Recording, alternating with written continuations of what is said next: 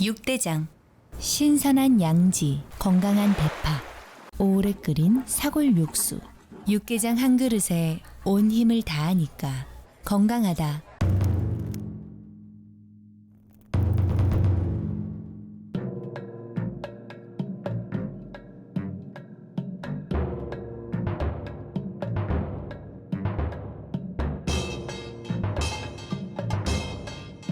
육개장은 육대장. 행복한 6월, 하루하루 미소와 웃음이 가득하시길 바랍니다. 라디오 서울이 함께합니다. 강혜신의 오늘의 미국.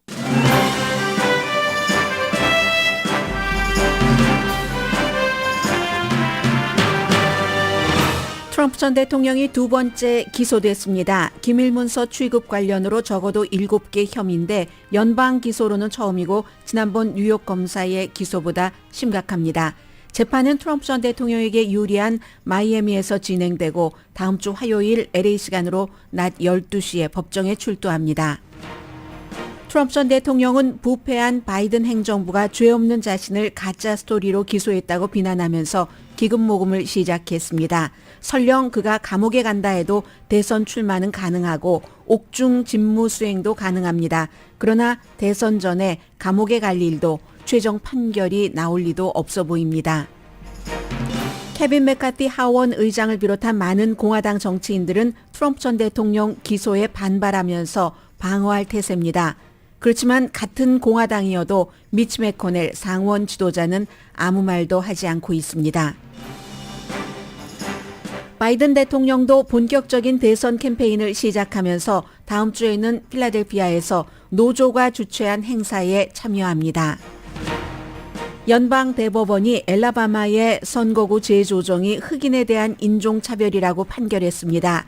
1965년 투표권리법을 유지시켜주는 이번 판결에 보수인 존 로버츠 대법원장과 브렉 캐버나우 대법관이 진보와 한편이 됐습니다.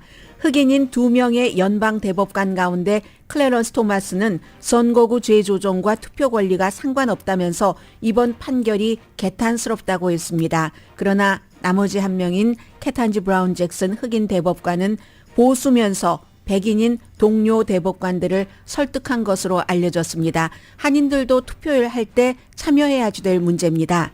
참고해야지 될 이슈입니다. 미국인의 과반수가 어퍼머티브 액션에 반대합니다. 인종과 소속당에 따라 의견 차이는 크고 연방 대법원은 이달에 최종 판결을 합니다. 캐나다 산불로 인한 동부 지역의 스모그는 조금 나아졌지만 캐나다 산불은 잡히지 않고 있습니다. 복숭아주인 조지아주에 복숭아가 열리지 않았습니다. 올해는 복숭아 재배의 90%가 파괴됐는데 기후변화가 큰 원인입니다. 여러분 안녕하십니까? 오늘의 미국 강혜신입니다. 네, 어제 그제부터 사실은 미국에서는 이 내용을 많이 보도를 했었습니다. 어쩌면 뭐 한국의 매체는 오늘 그 엘라바마, 제가 이제 잠시 뒤에 말씀드릴 엘라바마주의 선거구 재조정과 관련된 부분도 그렇고 이 부분도 미국 매체보다는 조금 늦게, 그리고 아예 엘라바마는 크게 다루지 않는 것 같은데요. 미국에서 살고 계시면서 오늘의 미국을 듣고 계신 분들께는 이게 제일 중요한 문제라고 말씀을 드리겠습니다. 트럼프 전 대통령은 전현직 대통령 가운데 유일하게 연방 형사범죄 혐의로 기소된 사람이 됐습니다. 백악관을 떠난 뒤에 기밀 문서를 취급하는 과정에 관한 혐의입니다. 7개 혐의인데 물론 대통령이 전직 대통령이 화요일에 법원에 나가야 정확한 것이 알려질 것 같습니다. 그러나 이제 취재진들의 취재력이 뭐 대단하기 때문에 적어도 7개 혐의다 하고 나오고 있는데 권한 없이 기밀 서류를 뭐 1년 반 이상 본인이 갖고 있었던 것, 그 밖에 뭐 여러 음모론, 가짜 주장, 사법방해, 뭐 이게 이제 스파이법에 따라서 어떤 경우는 뭐 10년 징역, 어떤 경우는 20년 징역형에 처해질 수 있는 거거든요. 그러나 뭐 유죄를 증명하기가 쉬운 케이스는 아닙니다. 그렇지만 또 이렇게 기소를 한 특별검사가 유죄가 나오지 않을 것을 갖고 기소하는 검사도 아니라는 이 아주 묘한 게 있기 때문에 봐야지 알고요. 우선 트럼프 전 대통령의 말을 먼저 들어보시는 게 좋겠습니다. 언제나 똑같이 얘기했었던 것처럼 본인은 결백하다라는 것을 굉장히 강조하고요. 이건 이제 뭐 정치적인 거다, 마녀 사냥이다 하는 부분들을 계속 트럼프 전 대통령이 얘기를 하고 있습니다. 네. So I just want to tell you, I'm an innocent man. I did nothing wrong. And we will fight this out just like we've been fighting for 7 years. It would be wonderful if we could devote our 네, full 지난 time. 7년 동안 계속 이런 일이 있었고 본인이 이겼는데 마찬가지로 That's exactly what we 이기겠다. did. But now, again, our country is in decline. 미국이 아주 We're a 그 failing nation. 디클라이닝 되고 And this 있다. is what 실패하는 they do. 국가가 되고 있고 이런 I'm an 것을 보면 innocent 안 돼. man. We will prove that again. 나는 아주 7 결백한 years of 남자다. proving it, and here we go again. Very unfair, but that's the way it is. 대단히 언페어한데 이게 지금 이 행정부가 하고 있는 일이다. 지난 7년 동안 해왔던 것처럼 나의 결백을 증명하겠다. 다시 뭐 미국을 위대하게 만들겠다. 그런 얘기도 했고요. 가짜 스토리로 기소했다고 비난을 했습니다. 연방 관계자들이 그 일을 그만뒀었을 때 기밀 서류 같은 것을 이렇게 갖고 있는 일은 뭐 아주 드문 일은 아닙니다. 워낙에 그 기밀 서류라고 구분되는 그 범위가 너무 넓고 왜냐하면 실수하지 않기 위해서요. 그리고 막 그 많은 것이 섞여 있다가 그렇게 될 수 있기 때문에 바이든의 집에서도 펜스의 집에서도 이런 것들이 나왔잖아요. 그런데 그런 건 유주얼한데 트럼프 전 대통령의 케이스에 unusual한 것은 국가기록물 보관소에서 돌려달라고 했는데도 돌려주지 않고 돌려줬으면 본인이 이제 무고하다, 이노센트한 맨이라고 하잖아요. 그렇게 주장할 일도 없었고 마녀 사냥이라고 우기는 일도 없었을 겁니다. 이게 빌바 그 트럼프 아래서의 법무장관을 했었던 사람의 얘기입니다.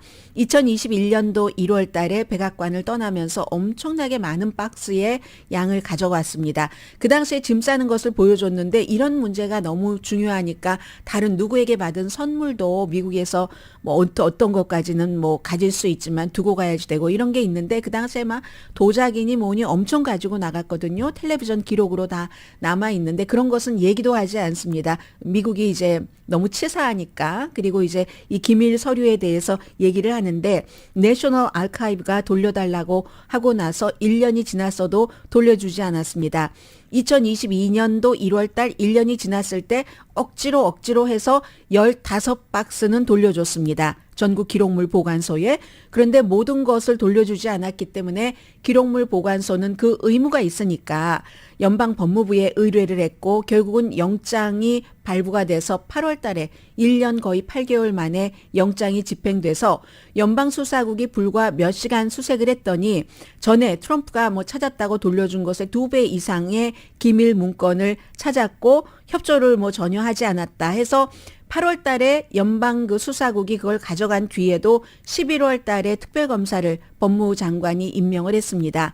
연방 법무부가 직접 하기에는 또 오해의 소지가 있기 때문에 조금 물러선 거죠. 메릭 갈란드 법무장관이 그렇게 이제 수사를 했고 그 과정에서 트럼프 전 대통령은 기밀 서류는 전부 해제된 거다. 대통령이 생각만 하면 해제된 거다라고 하다가 며칠 전에 오디오가 발견이 됐잖아요. 트럼프 전 대통령이 다른 사람과 이제 인터뷰를 하는 도중에 내가 그 대통령 때라면 기밀을 해제할 수 있을 텐데 지금은 대통령이 아니라 기밀을 해제할 수 없다 하면서 이제 가지고 있었던 그 유감스러운 것을 얘기를 했습니다. 이게 아마 중요한 증거가 될 겁니다.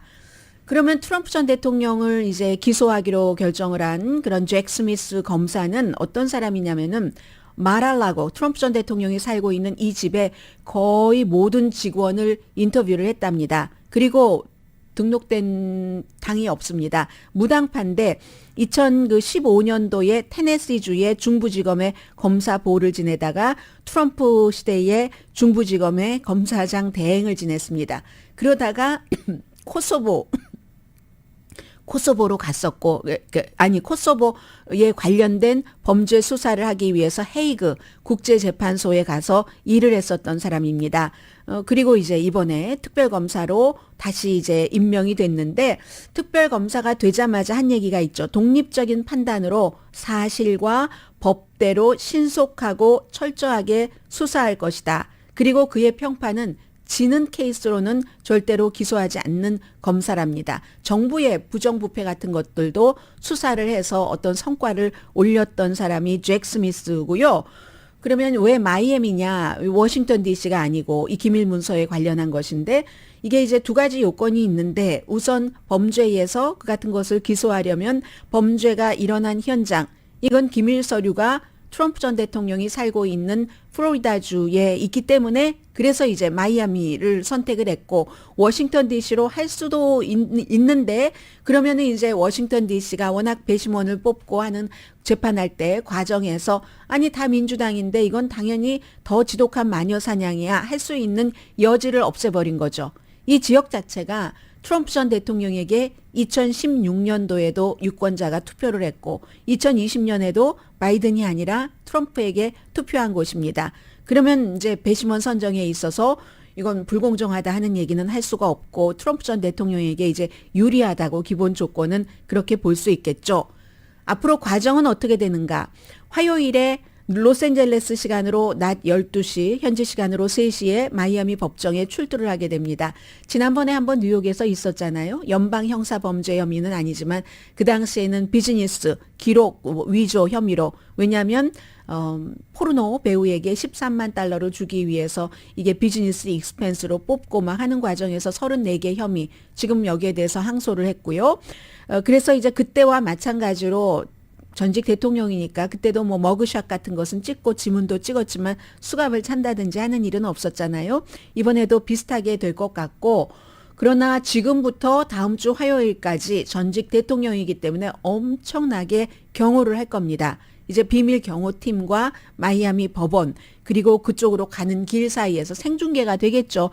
다음 주 화요일에 오늘의 미국이 이미 시작했을 때부터 뭐 집에서 나간다부터 여러분들 다 아시죠? 그렇게 아마 진행이 될 겁니다.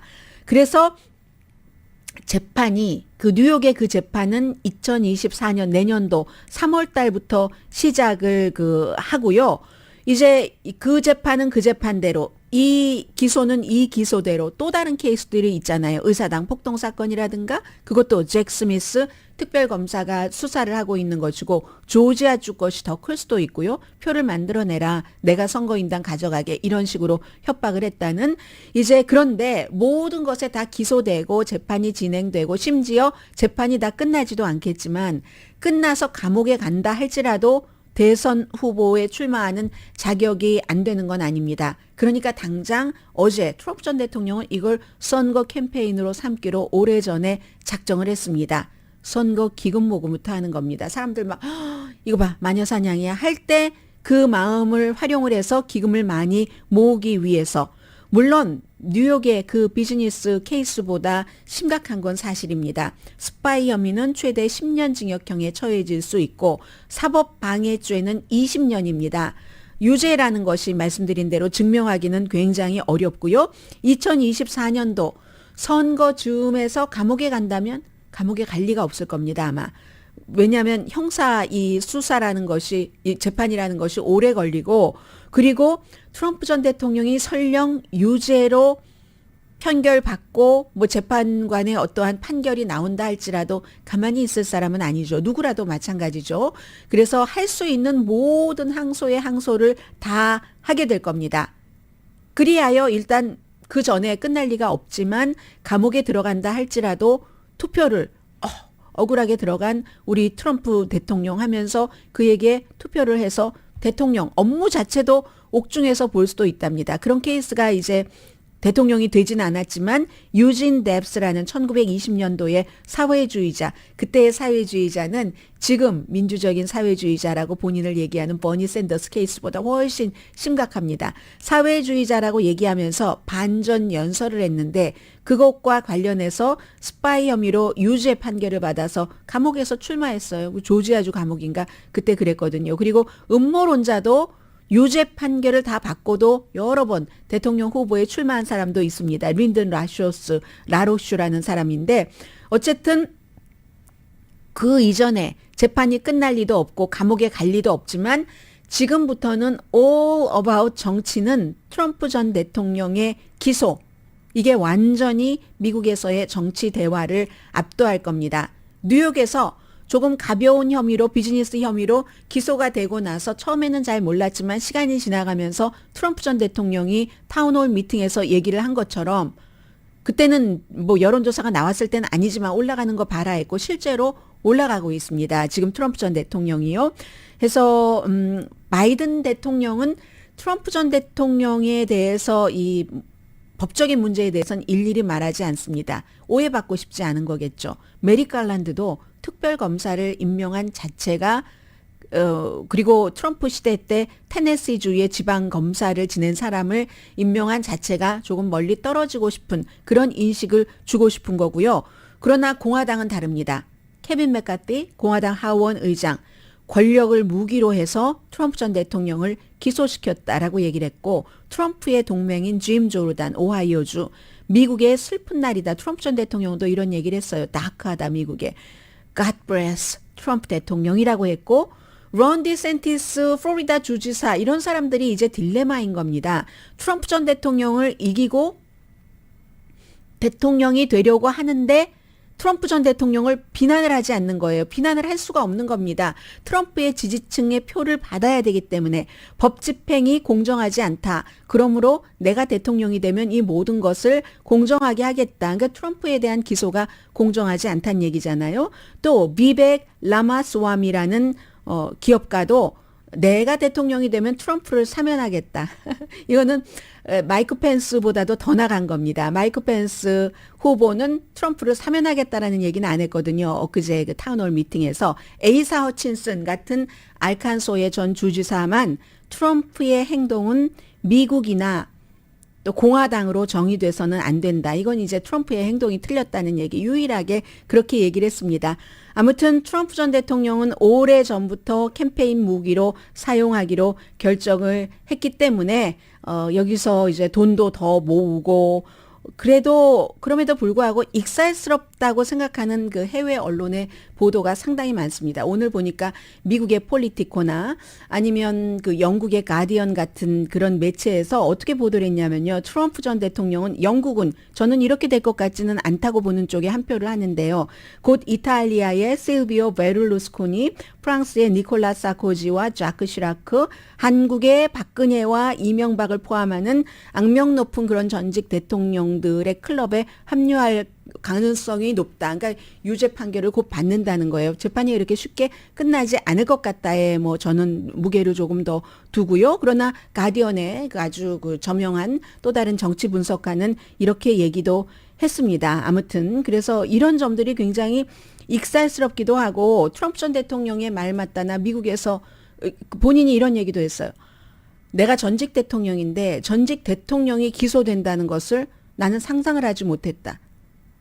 전직 대통령이 그렇게 막 100박스가 넘는 그런 그 문서, 그 가운데 상당히 수십 박스가 기밀이라고 구분된 문서, 그렇게 가지고 나간 전직 대통령이 없습니다. 설령 실수로 가지고 나갔다 하더라도 그 담당 기록물 보관소에서 돌려달라고 하면은 보통 사람 같은 경우는 돌려줬겠죠. 그걸 내가 생각만 하면 기밀이 해제된다라고 얘기한 대통령도 미국 역사상 한 명도 없었습니다.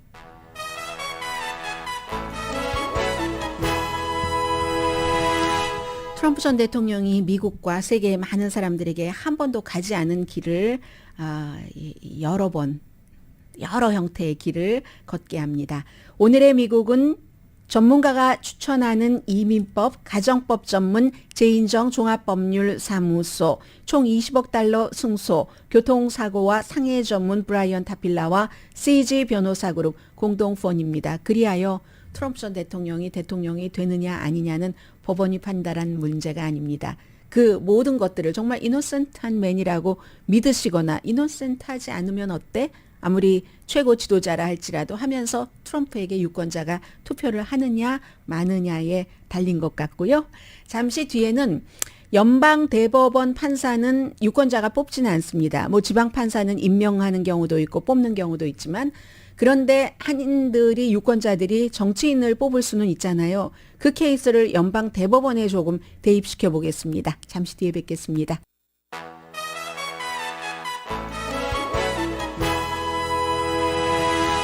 라디오 서울 방송 오늘의 미국 듣고 계십니다. 연방 대법원이 엘라바마주 선거구 재조정이 흑인을 차별한다면서 흑인이 많은 지역구에 이제 그 지역구 흑인이 많이 살고 있는 그런 곳에 지역구를 이렇게 배당을 하도록 그렇게 판결을 내렸습니다. 이건 1965년도의 그 투표권법 이것을 지킨 것이 되고 제가 이코노미스트의 그 지적을 좀 먼저 전해드리고 싶은데요. 맨 앞에 이 케이스에 대해서 어떻게 얘기하냐면 이 케이스 자체는 이제 엘라바마가 굉장히 보수적인 주이니까 많은 공화당이 주도하는 보수적인 주에서 선거구 재조정을 통해서 아니면 다른 방법으로 투표를 조금 어렵게 하는 그런 경향은 있습니다.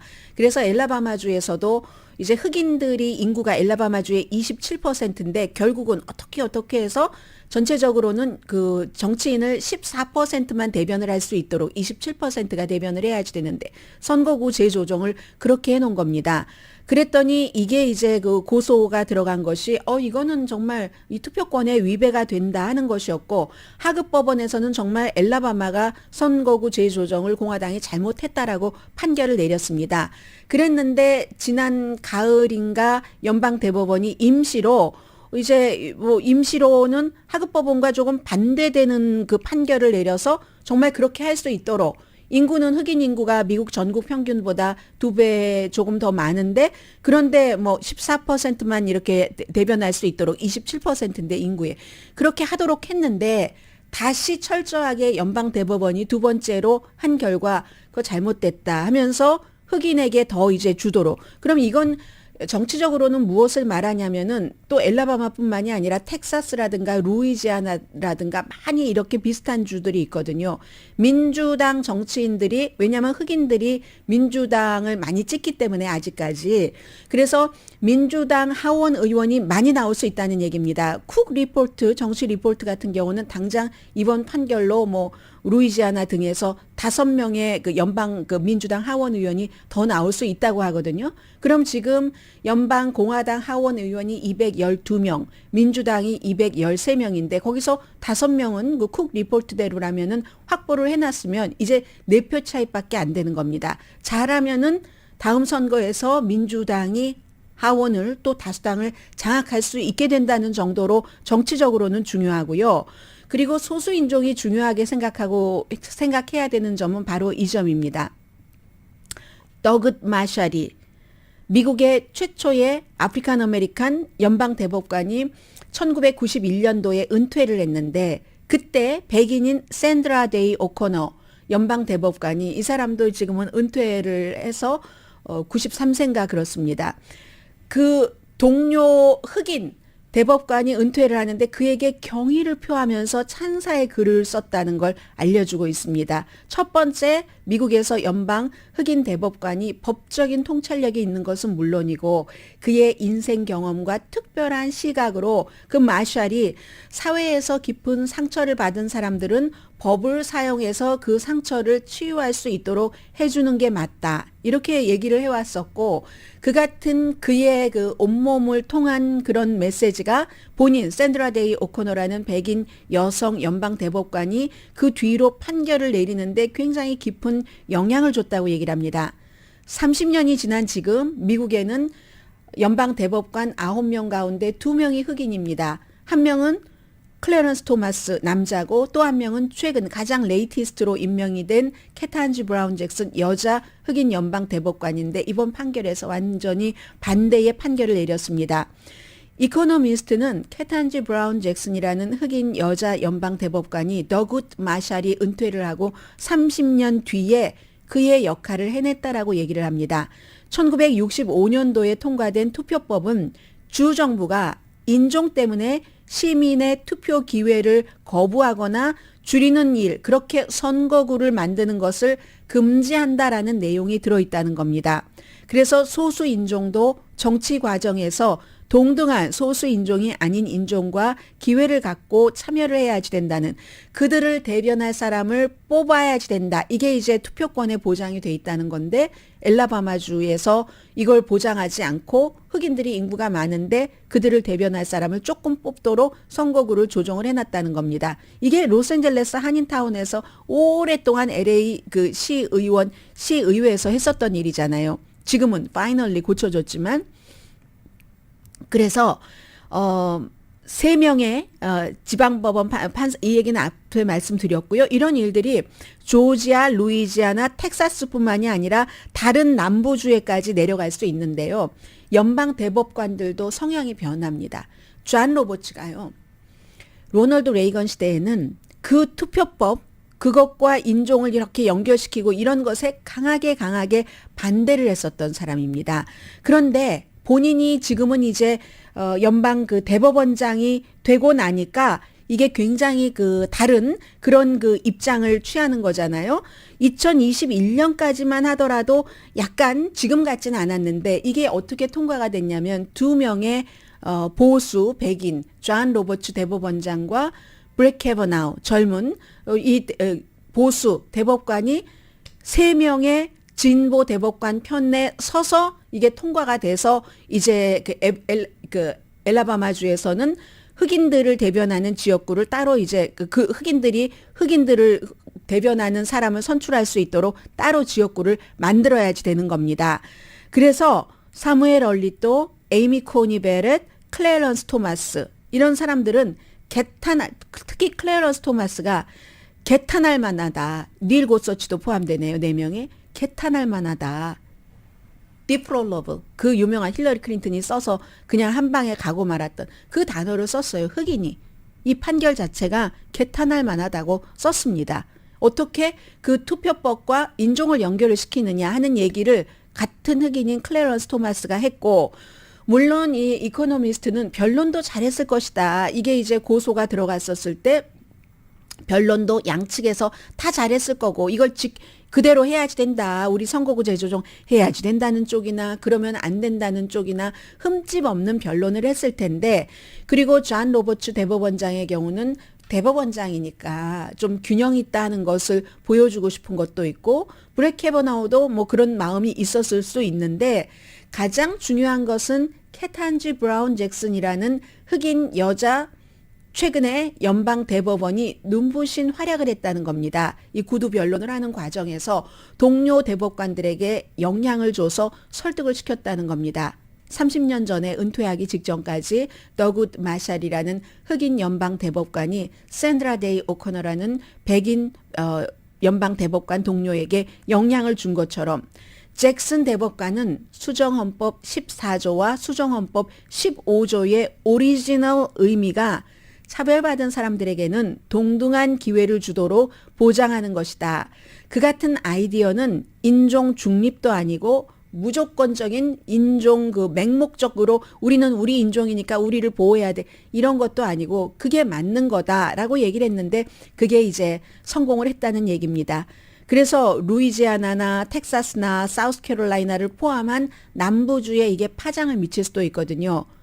다음번 선거는 대통령 선거와 뭐 연방 하원, 뭐 상원 선거 다 포함이 되기 때문에, 그래서 이제 이런 문제를 이렇게 보면서 참 미국의 가장 깊은 문제는 언제나 끝까지 가다 보면 인종, 이 문제가 되고, 이민자는 인종과 이민에 대해서 어떻게 투표를 하느냐에 따라서 정치인을 선출을 해야지 됩니다. 이건 민주당이라도 마찬가지고 공화당 그 정치인이라도 마찬가지고, 인종과 이민에 대해서 인종과 소수 인종과 코리안 아메리칸에 해가 되는 투표를 하는 사람을 뽑아서는 득이 될 게 없습니다. 물론 이것만이 투표를 할 때 그 모든 요건이 아니라 세금 문제도 봐야지 될 테고, 또 요즘 같은 경우는 사회적으로 너무 진보야, 너무 보수야 하는 것도 봐야지 되겠지만, 커뮤니티 차원에서의 공통적인 이슈는 인종과 이민이라는 것을 제가 엘라바마에 관한 연방 대법원의 판결을 보고 느꼈고요. 그리고 또 하나, 이제 이건 아주 참 예민한 건데 오늘은 그냥 여론조사 결과 정도만 전해드리겠습니다. 미국인의 과반수가 연방 대법원이 이달 안에 판결을 내놓을 합헌이냐 위헌이냐 어퍼머티브 액션에 대해서 반대를 합니다. 어퍼머티브 액션이라는 게 소수 인종에 뭐 특혜를 주자라기보다는 권리를 보호하자. 이것도 캐탄지 브라운 잭슨이 얘기한 수정헌법 14조 15조 1965년도의 미국의 투표권리법처럼 차별받았던 그런 사람들에게는 법적으로 그것을 어떤 동등한 권리를 누릴 수 있는 기회를 준다. 뭐 이런 것에 크게는 포함되는 거죠. 그러나 공부 잘하는데 뭐 공부 못하는 다른 인종 때문에 우리 아이가 좋은 학교를 못 들어가 하고 부모님들이 충분히 비난하고 학원 강사들도 마찬가지고요. 그런 주장을 하는 것도 충분히 이해를 하면서 이 이슈를 보겠습니다. 하버드 대학교와 유니버시티 오브 노스캐롤라이나 이 케이스를 연방 대법원에서 백인들이 우리가 역차별을 당했다 하면서 에이시안들을 끌어들인 케이스입니다. 본질적으로 보자면 백인들이 이런 것들을 고소를 하면서 물론 에이시안들도 직접적으로 좋으니까 참여를 하지만 에이시안들을 위해서 그러는 건 아닙니다. 이렇게 하고 나서 그 다음엔 에이시안이 방해가 된다 싶으면 또 에이시안도 내칠 겁니다. 본질은 거기에 있고요. 그러나 퓨 리서치사에서 여론조사를 한 결과 인종과 소속 당에 따라 다르지만 과반수 조금 넘는 숫자가 어퍼머티브 액션이라는 것은 이제 없어야지 된다라고 어퍼머티브 액션 폐지에 찬성을 했고 어퍼머티브 액션은 아직도 있어야지 된다가 33%. 이건 아주 인종별로 예민한 거예요. 난 잘 모르겠다가 16%입니다. 아시안들은 반대가 훨씬 많습니다. 57%. 왜냐하면 공부도 잘하는데 공부도 훨씬 못하고 하는 히스패닉계나 아프리칸 아메리칸이 뭐 하버드에 들어갈 때 다른 좋은 대학교에 들어갈 때 에이시안 우리 아들 딸보다 더 좋은 영향을 받게 되니까 57%가 반대하고 히스패닉계가 39%가 반대랍니다. 흑인은 29%가 반대랍니다. 이걸 보면은 반대로 어퍼머티브 액션 때문에 학교 케이스니까요. 이 케이스는 하버드와 유니버시티 오브 노스캐롤라이나니까 학교 케이스에서는 그럼 어퍼머티브 액션으로 가장 득을 보는 인종이 흑인이구나. 그 다음이 히스패닉, 그 다음이 이제 에이시안, 뭐 그 다음이 백인이 제일 손해를 보겠죠. 이렇게 나오는구나 하고 알 수가 있고요. 4명 가운데 3명 공화당은 어퍼머티브 액션에 반대합니다. 그대로 보여주고 있잖아요. 공화당이거나 공화당 쪽으로 기운 무당파. 또 민주당이나 민주당 쪽으로 기운 그런 성인들도 성인은 반대로 어퍼머티브 액션에 54%가 지지를 합니다. 그래서 이제 이렇게 저렇게 합치면 반 이상이 어퍼머티브 액션에 반대된다는 얘기가 나오고요. 이거는 학교까지입니다. 대학교까지입니다. 그리고 이 케이스는 대학교에서의 어퍼머티브 액션이니까 그 이후에 어퍼머티브 액션 없다 하면은 그 다음에 대기업에서 그리고 어떠한 뭔가 이제 그 사업체 특히 연방 정부 계약 같은 것을 따내려고 할 때 그런 때는 이제 또 코리안 아메리칸도 같이 손해 볼 수 있다는 것 있습니다. 근데 뭐 코앞의 진상이라요. 잠시 뒤에 이 산불도 조금 전해드리겠고요. 바이든 대통령도 움직이기 시작했습니다.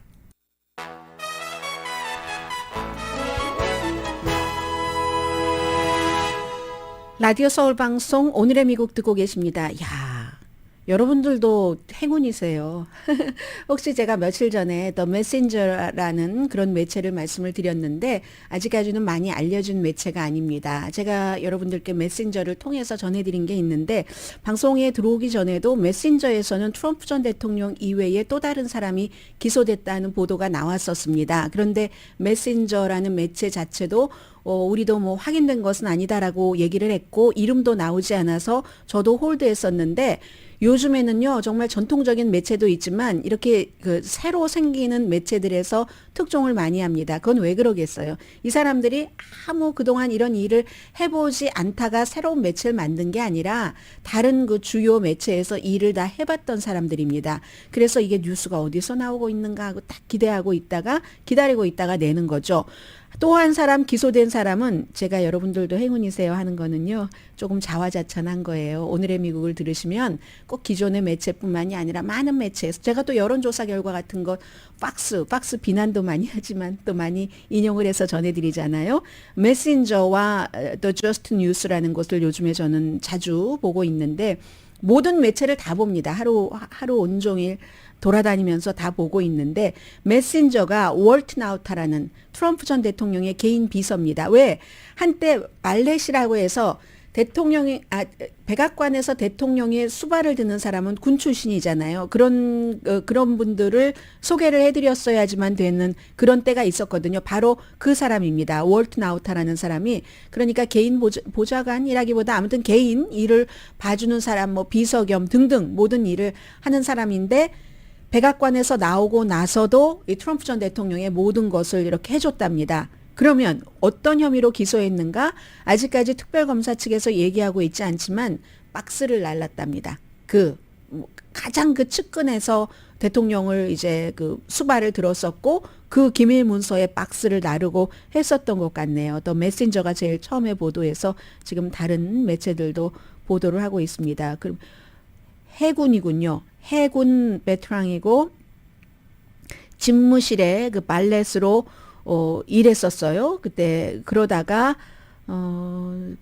마랄라고에서도 일을 했고 마랄라고에서 트럼프 전 대통령의 요청에 의해서 그 박스를 옮겼다. 그 요청이라는 것은 연방 정부가 그 박스 기밀 서류를 찾고 있다는 게 이미 드러나고 난 뒤에입니다. 캐나다는 캐나다의 산불로 인한 미국 동부 지역의 스모그는 어제보다 조금 나아졌답니다. 아직도 뭐 필라델피아 같은데 사진 보니까 안개가 뿌옇기는 하던데 뉴욕은 오늘은 뭐 마스크 쓴 사람보다 안 쓴 사람이 많다고 하고요. 제가 어제 뉴욕을 으시시하다라고 표현을 했더니 어떤 분이 워싱턴에 사시는 분이 워싱턴 으스스하지 않습니다. 지금 기온이 높습니다 하는데 그 전반적인 분위기 이런 것들이 뉴욕은 으스스했다고. 제가 뉴욕에 안 가봤잖아요. 다른 기자들이 그렇게 보도를 했었고 그런 뉴욕도 오늘은 낮았고 오늘은 워싱턴 DC의 동물원도 오픈했다고 하고요. 국립공원도 문 열었지만 공립학교에서 야외 활동은 여전히 중단됐습니다. 그래서 보통 이제 공기의 질을 퀄리티를 책정하는 수치가 있는데 0부터 50까지 하면은 보통 0부터 50까지가 끝, 50부터 100까지가 보통, 100부터 150까지가 아주 건강이 좀 강하지 않은 분들, 건강하지 않은 분들한테는 좀 별로인 게 101부터 150 그리고 200까지는 건강한 게 아니고요. 201부터는 대단히 언헬시하다. 300 정도 되면은 위험하다 하는데 엊그제 뉴욕이 370 몇까지 올라갔었잖아요. 지금은 조금 낮았답니다. 뉴욕도 지금 많이 좋아졌네요. 필라델피아도 131. 그래서 필라델피아가 지금 뉴욕보다도 더 안개가 자욱하군요. 뉴욕은 100 조금 안 되는 것 같은데요. 뭐 디트로이트, 버지니아주의 리치몬트, 워싱턴 DC, 시카고, 버팔로, 볼티모어 이런 데 지금 전부 별로 좋지 않습니다. 바이든 대통령이 오늘도 어떤 다른 주에 가던데요. 다음 주에 근데 가는 데가 중요합니다. 다음 주에 필라델피아에 가는데 여기서는 노조원들과 캠페인을 합니다. 그리고 실제로 노조원이 주최한 행사에 참여합니다. 6월 17일입니다.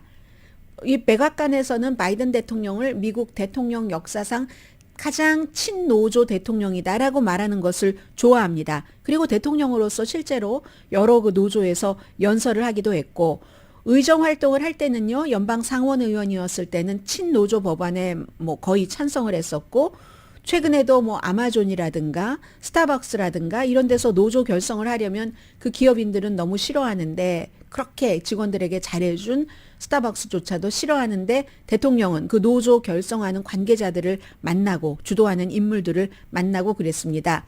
그래서 아직까지는 자동차 노조원 등은 이 바이든 대통령을 공식 지지하지 않거든요. 봐야죠. 뭐 좀 받고 해야죠. 그런데 건설 노조, 북미 노동 국제 노조는 바이든 대통령을 지지했고요. 이로써 이제 바이든 대통령도 길을 떠나면서 선거 캠페인을 하고 있습니다. 다음 주에 아마 캘리포니아주 시카고도 올 것 같은데 선거 기금 캘리포니아에 오면 돈 모으려고 오는 거죠. 캘리포니아주는 뭐 당연히 바이든 대통령 아니라 누구라도 민주당 후보면 이기는 극좌주이잖아요. 캘리포니아주가. 그러니까 지금은 극우가 플로리다주가 돼버렸고 해서 그렇고 6월 16일 다음 주에 커네디컷도 가는데 커네디컷도 표보다는 돈이죠. 작은 곳, 부자들이 많이 있는 그런 곳 갑니다. 그리고 잠시 뒤에는 미국의 상징을 좀 말씀을 드리겠습니다. 물론 뉴스와 연관돼서죠.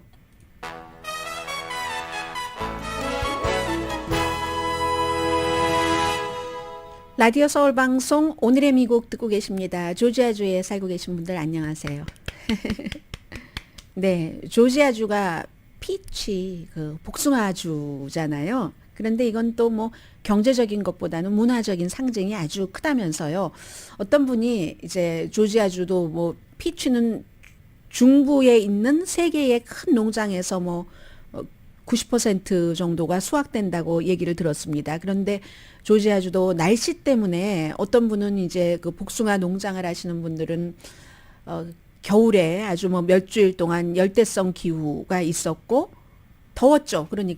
그러다가 봄이 되니까 막 추워서 그래서 이게 다 열매라는 것은 과일이라는 것은 뭐 꽃이 피고 지고 다 온도가 있어야지 되고 하는데 복숭아에게 아무튼 안 맞았다는 얘기입니다. 그래서 복숭아 농사가 이번에 90%가 파괴됐다고 하네요. 너무 더우니까 꽃이 일찍 폈고 그 아름다운 꽃이 그리고 봄이 추우니까 그냥 동사해버린 거죠. 꽃을 또 빨리 죽게 하고 해서 1억 5천만 개의 복숭아를 그로서리 스토어에 내놓아야지 되는 그런 조지아주인데 올 여름에는 뭐 그냥 MT가 될 것 같고 그러면 그곳에 상업용 트럭도 많이 안 가겠네요. 다 걷어서 이제 돌려야지 되는데 지난번에 이 정도로 복숭아 농사가 안 됐었던 적은 1955년이라고 하죠. 그런데 이제 복숭아가 이제 한국 분들도 오늘의 미국 듣고 계시는 여러 지역에서 살고 계시는 분들이 뭐 농사를 지으시는 분들도 계시고 또 집에서도 마찬가지잖아요. 리버사이드에서 잘 되는 작물과 로스앤젤레스에서 잘 되는 작물이 있고 그리고 토마토 같은 것을 만약에 베란다에다 한다면 이거는 정말 힘든 일이잖아요. 그렇게 다 적재적소가 있는데 이 복숭아 같은 경우는 기후변화가 농부들에게 너무 힘들게 해서 이거 남북전쟁 이후부터 복숭아, 피치 스테이트였는데 보통 복숭아 나무는 한 600시간에서 1000시간 정도는 추워야지 된다면서요. 기온이 뭐 한 7도, 45도 아래인 것은 분명하고 7도인 적도 많아야지 되는데 겨울이 여러 가지 기후변화 등등으로 인해서 기온이 올라가니까 그러니까 이게 어떻게 하지 못하고 있는 상황인 것 같고요. 전문가들은 뭐 이런 때에 새싹을 뭘 줘서 뭔가 좀 시간을 그 추워야지 되는 시간을 줄인다던가 뭐 새로운 품종을 개발을 하고 있다고는 합니다. 덜 추워도 되는 품종 같은 거요. 그리고 어떤 분들은 뭐 이러느니 난 딸기를 하겠어. 뭐 피컨을 하겠어라고 농사 품종을 바꾸는 거죠. 한국에서 막 쌀이 너무 그러니까 다른 것으로 바꾼다던가 하는 것처럼. 그런데요. 경제는 걱정하지 말라네요. 이게 너무 상징이어서 그렇지 면이나 뭐 피넛이나 아니면 콘 이런 게 훨씬 많은 수익을 올려서 2022년도에 복숭아가 3,400만 달러, 면은 14억 달러 계산해 봤더니 41분의 1입니다. 복숭아는 요즘 캘리포니아, 사우스캐롤라이나가 훨씬 잘 되죠. 왜냐하면 기후변화가 일정하잖아요. 일정한데 조지아주는 추웠다 더웠다 이것이 있어야지 되니까. 그러나 이 복숭아라는 게 조지아의 아이덴티티, 정체성이기 때문에 그렇게 아쉬워하는 분들도 많다고 하시는데 왜냐하면 남북전쟁이 끝나고 나서 북부 사람들, 돈 많은 사람들을 남부에 투자하려고 하니까 면, 목화하면 뭔가 노예하고 연관이 돼 있잖아요. 복숭아하면 얼마나 스윗해요. 그래서 복숭아를 또 따뜻하니까 남부니까 재배를 해서 뉴욕으로 딱 보내니까 뉴욕 사람들이 하고 막 웃돈을 주고 살고 투자를 하고 그 뒤에는 또 냉장 그 차가 발명이 되고 하니까 그렇게 해서 상징이 돼서 이 어떤 따뜻한 그 이미지를 노예주 뭐 이런 그 이미지에서 이미지 세탁을 조금 했었다는 얘기를 합니다. 그래서 복숭아 수확 예상하기 힘들지만 아무튼 수요가 증가해서 상인에게 약속하기도 힘들고 캘리포니아나 사우스캐롤라이나주가 기후적으로 기후변화가 있다 할지라도 조금 낮고 하는데도 못 버린다는 겁니다. 그 오랜 상징 때문에 오늘의 미국은 전문가가 추천하는 이민법, 가정법 전문 재인정 종합법률사무소 총 20억 달러 승소 교통사고와 상해 전문 브라이언 타필라와 CG 변호사 그룹 공동폰이었습니다. 10시에 좋은 아침, 좋은 하루 방송됩니다. 저는 체리꽃처럼 아주 톡 튀지도 않고 매화꽃과도 조금 비슷하지만 색감은 조금 있고 하는 복숭아 꽃이 너무 좋습니다. 강혜신이었습니다.